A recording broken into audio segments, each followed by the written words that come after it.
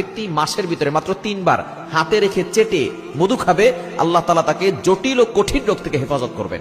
আর মধুর ব্যাপারে শেফা রয়েছে, এটা আল্লাহ নিজেই বলে দিয়েছে। আল্লাহ বলছেন ইয়াখরুজু মিন বুতুনিহা শারাবুম মুখতালিফুন আলওয়ানু ফীহি শিফাউল লিন-নাস, এর ভিতরে আল্লাহ তাআলা শেফা দিয়েছেন। সুতরাং 1 নাম্বার খাবার সেটা হচ্ছে মধু। 2 নাম্বার খাবার হচ্ছে আপনি খেজুর খাবেন। খেজুরের ভিতরে অনেক ভিটামিন রয়েছে। নবী সাল্লাল্লাহু আলাইহি ওয়াসাল্লাম বলেছেন খেজুরের ভিতরে নিয়ামত আছে, বরকত আছে। এটা শুধু শীতের সময় না, আপনি গরমকালেও খাবেন। এবং খেজুরের ভিতরে এমন শক্তি আছে, নবী সাল্লাল্লাহু আলাইহি ওয়াসাল্লাম জানিয়ে দিয়েছেন অনেক বড় ধরনের রোগও এই খেজুর দ্বারা ভালো হয়। এবং আজওয়া খেজুর যে ব্যক্তি প্রতিদিন 7টা করে খাবে, সাপে কামড় দিল এই সাপের বিষ পানি হয়ে যাবে, নবী সাল্লাল্লাহু আলাইহি ওয়াসাল্লামের সহিহ হাদিস।